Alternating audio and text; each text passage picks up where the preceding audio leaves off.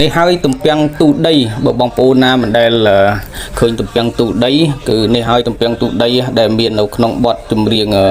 លោកស៊ីនស៊ីសមុទ្រណាទំពាំងទូដីនេះខ្ញុំពូតដីយ៉ាងមកបន្ទាប់ពីវាចេញមកវាទូលដីយ៉ាងមកហើយខ្ញុំកាយ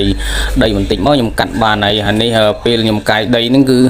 មិនបានកាយឲ្យបងប្អូនមើលឃើញដោយសារដៃមួយចំហៀងវាកាន់ទូរស័ព្ទដៃមួយចំហៀងជីកដីវាធ្វើអត់បានណាបងប្អូនអញ្ចឹងនេះខ្ញុំកាត់មកឃើញនៅខ្ចីលវក់ចំណែកនេះវិញគឺវាដុះ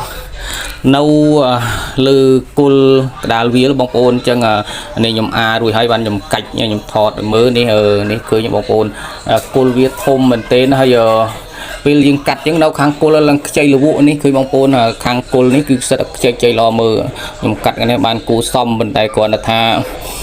មើលទៅនេះបើសិនបងប្អូនយកទៅស្លខគឺឆ្ងាញ់តែម្ដងគឺខហើយគឺហូបទៅជ្រុបឆ្ងាញ់ណាស់បងប្អូន